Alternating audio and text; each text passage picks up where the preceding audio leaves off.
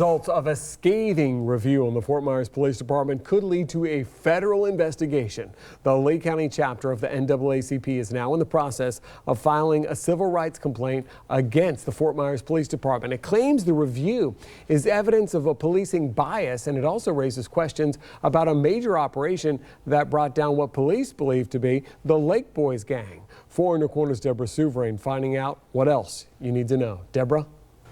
Patrick, the president of the Lee County's NAACP sent a letter to the state attorney's office today asking them to confirm if the officers that are placed on paid leave were connected to the investigation into the Lake Boys gang. They tell me that is just one concern they want the DOJ to examine.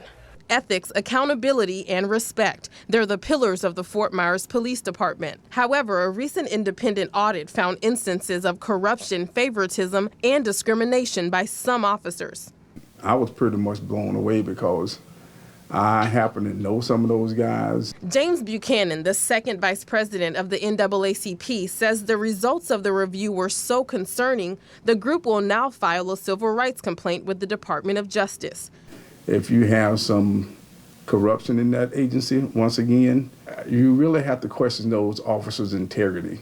The independent review identified 32 red flags, which Buchanan believes disproportionately affect poor communities of color. Among the red flags, it found reports of officers leaking information to drug dealers regarding search warrants. That worries NAACP leaders when it comes to the active cases of 21 Fort Myers men, who detectives believe are members of the Lake Boys gang. We're wondering how well the lead organization, the Fort Myers Police Department, is and how reliable that they would be in doing such an investigation of this magnitude. Buchanan tells me he hopes getting the feds involved will help with transparency.